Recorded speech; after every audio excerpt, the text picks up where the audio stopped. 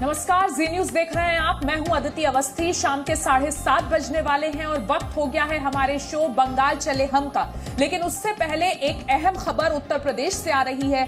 उत्तर प्रदेश में सभी निजी लैब को कोविड टेस्ट करने की इजाजत दे दी गई है। मुख्यमंत्री ऑफिस के जरिए ये जानकारी मिली है कि यूपी के सभी जिलों में निजी लैब अब कोविड टेस्ट कर पाएंगे। जो जानकारी मिली है उसके मुताबिक कोविड के खिलाफ इस लड़ाई में निजी चिकित्सा संस्थानों का सहयोग सराहनीय है। निजी क्षेत्र के जो भी चिकित्सा संस्थान स्वयं का ऑक्सीजन प्लांट स्थापित करना चाहते हैं, शासन को अवगत कराएं, उन्हें हर जरूरी मदद मुहैया कराई जाएगी। ये मुख्यमंत्री योगी आदित्यनाथ के ऑफिस से जानकारी मिली है। मेरे सहयोगी जितेंद्र इस वक्त हमारे साथ न्यूज रूम से जुड़ गए हैं। जितेंद्र, हम पिछले कुछ दिनों से देख रहे हैं किस तरीके से, खास तौर पर जब उत्तर प्रदेश की बात करें तो कोरोना ने हाहाकार मचाया हुआ है और जो टेस्टिंग है उसको लेकर लोग बहुत ज्यादा दिक्कतों का सामना कर रहे थे। अब यूपी सरकार एक्शन मोड में। बिल्कुल सही कहा रीति, क्योंकि जिस तरह से लोग जो है कोरोना से पीड़ित थे और जो टेस्ट करा रहे थे, एक तो टेस्ट उनके बड़े कम हो रहे थे और जब भी टेस्ट कराए जा रहे थे उनकी रिपोर्ट बहुत देरी से आ रही थी, जो कि काफ़ी देरी का कारण बन रही थी और कई सारे जो लोग थे वो गंभीरता की तरफ बढ़ रहे थे। इसको लेकर के बड़ा फैसला लिया गया है कि यूपी में जितनी भी निजी लैब है, जो भी एलिजिबल है, जो टेस्ट कर सकती है, उन सबको परमिशन दे दी गई है। यानी कि जिससे जो भी जिसको भी अगर लगता है कि वो संक्रमित है, जिसको भी लगता है कि कोविड के सिम्टम्स हैं, वो निजी लैब से भी टेस्ट करा सकता है, जिससे रिपोर्ट के अंदर तेजी आए। इसके अलावा और भी काफ़ी बड़े फैसले लिए गए, क्योंकि एक तो सबसे बड़ा फैसला ये कि अगर टेस्ट रिपोर्ट जल्दी आएगी तो उससे जल्दी पता लग पाएगा और जल्दी इलाज शुरू हो पाएगा। इसके अलावा ये भी बताया गया है कि पूरे जिले के अंदर, पूरे यूपी के अंदर किसी भी अस्पताल में ऑक्सीजन की कमी नहीं रहेगी और इसके लिए बाकायदा निर्देश दिए गए हैं कि जितने भी अस्पताल हैं उन सबको ये कहा गया है कि कम से कम 36 घंटे का ऑक्सीजन का स्टॉक वो अस्पतालों में मौजूद रहना चाहिए।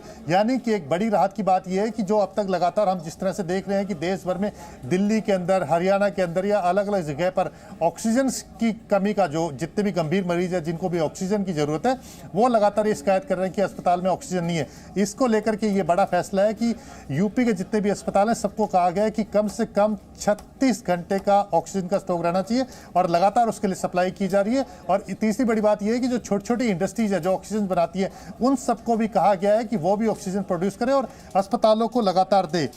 कम से कम 90 ऐसी इंडस्ट्रीज है जिनको 285 अस्पतालों से जोड़ा गया है और बड़े हॉस्पिटल्स में जिनमें ऑक्सीजन आ रही है उन सब की लगातार मॉनिटरिंग की जा रही है। ये बड़ी बात है। और इसके अलावा अदिति ये भी कहा गया है कि जो मरीज हैं, जो कि जिनको कम सिम्टम्स हैं, होम आइसोलेशन है, उनके लिए बाकायदा हेल्पलाइन नंबर भी जोड़ दिया गया है, 1800-180-5146। मैं एक बार दोबारा बता रहा हूं अदिति, हेल्पलाइन नंबर है जो होम आइसोलेशन में, जो घर में है, जिनको कम सिम्टम्स हैं और जिनको डॉक्टर की मदद की जरूरत है, उसके लिए नंबर जारी किया गया है 1800-180-5146।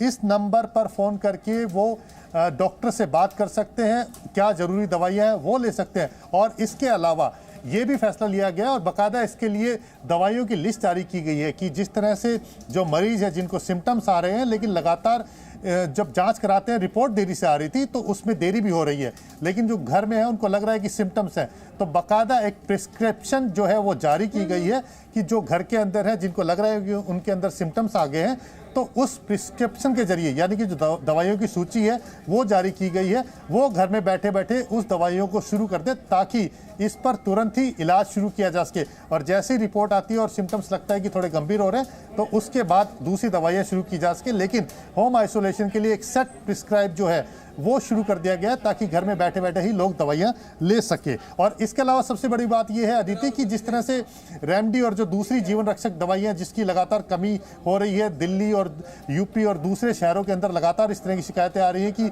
अस्पतालों के अंदर रेमडी दवाई खत्म हो गई है, फेविफ्लू खत्म हो गई है, लोगों को जरूरत है लेकिन वो मिल नहीं पा रही है।